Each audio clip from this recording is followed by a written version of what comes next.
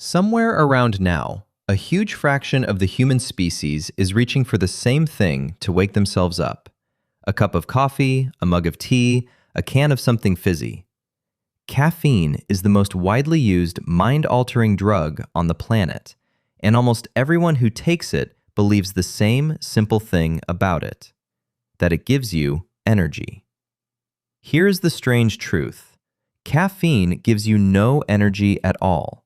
It does not add a single spark of fuel to your body. What it actually does is far more clever and a little bit sneaky. It does not switch on your alertness. It hides your tiredness.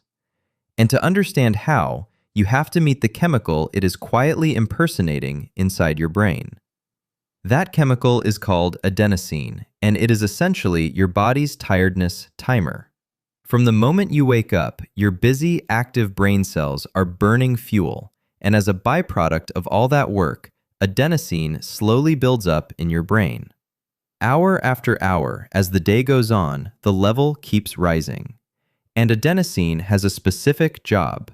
It fits into little docking points on your brain cells called receptors, and every time it does, it gently taps the brakes, slowing things down and telling you that you are getting sleepy.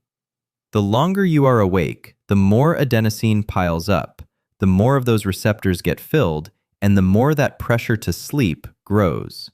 By late at night, your brain is awash in the stuff, and the message it sends is loud and clear. You are tired. Lie down. This buildup of adenosine is one of the main ways your body keeps track of how long you have been awake and how badly you need rest. Now here is where caffeine pulls its trick. It just so happens that a caffeine molecule is shaped remarkably like adenosine. Close enough, in fact, that it fits into those exact same receptors on your brain cells. But there is one crucial difference. When adenosine plugs in, it activates the receptor and slows you down. When caffeine plugs in, it does nothing. It just sits there, blocking the slot, like a key that fits the lock but will not turn. So while caffeine is parked in those receptors, the adenosine floating around your brain has nowhere to dock. The tiredness signal simply cannot get through. Your brain stops receiving the message that you are sleepy, and so you feel bright, sharp, and awake. Notice what that means.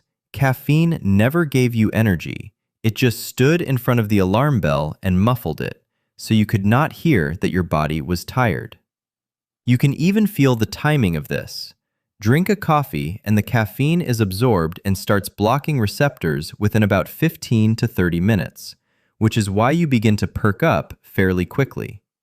The effect builds to its peak in your bloodstream around 45 minutes in, and it lingers because caffeine leaves the body slowly. Its half-life is roughly 5 to 6 hours, which means that if you drink a strong coffee at noon, something like half of that caffeine is still circulating in you well into the evening, quietly holding your tiredness at bay long after you have forgotten about the cup. That single fact is why an afternoon coffee can wreck a night of sleep. The drug is still on duty in your brain hours later, blocking a signal you actually need. But blocking that signal comes at a price, and the bill always comes due. Here is the catch that most people never think about. Caffeine blocks the tiredness signal, but it does absolutely nothing to stop your body from making adenosine. All the while you feel alert and awake, your brain is still churning out adenosine at its normal pace.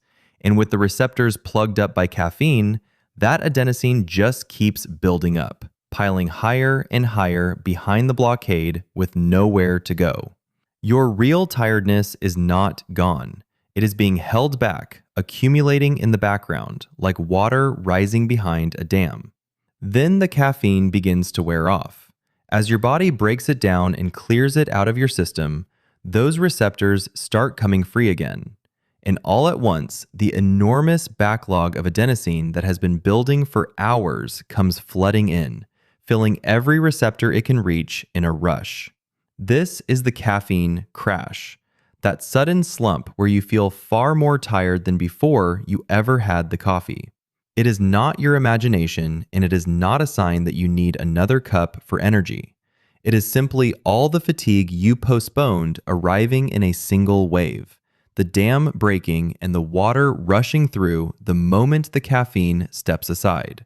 You did not escape the tiredness, you only delayed it, and it collected interest while it waited.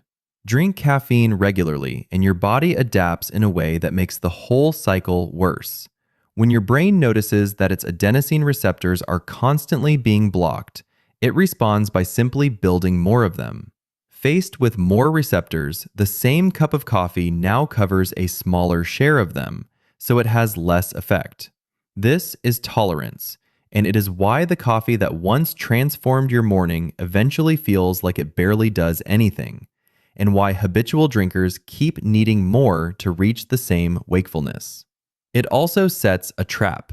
If you suddenly stop, all those extra receptors are left wide open and hungry for adenosine, so your brain becomes extra sensitive to the tiredness signal. That is caffeine withdrawal, and it is why skipping your usual coffee can leave you foggy, exhausted, and nursing a pounding headache for a day or two until your brain readjusts. There is a second indirect kick worth mentioning too. By muting adenosine's calming influence, caffeine also lets some of the brain's more stimulating chemicals, like dopamine and adrenaline, run a little more freely. That is part of what adds the bright, alert edge to a good coffee, and, in larger doses, the jittery, heart-racing one. Even that, though, is not new energy appearing from nowhere. It is your own systems running with the brakes eased off, not a tank being filled. None of this means caffeine is some villain, and this is a description of how it works, not advice on whether to drink it. People vary a lot in how sensitive they are and how fast they clear it. And if it interferes with your sleep, your heart, or your anxiety, that is a conversation for a doctor, not a video. The point is simply to see the drug clearly. Caffeine is not an energy source. It is a very effective way of borrowing alertness from your future self. So the next time you cradle a warm cup and feel the fog start to lift, you will know exactly what is happening inside your head. A molecule shaped just like your tiredness chemical is sliding into the docks meant for it, jamming them shut and muting the signal that tells you to rest. For a few hours, you get to feel awake, while your real fatigue quietly stacks up behind the wall. Caffeine did not hand you energy. It handed you a loan against your own alertness. And like every loan, it will be repaid, with interest, the moment the effect wears off. Your body explained. This is Bodyling.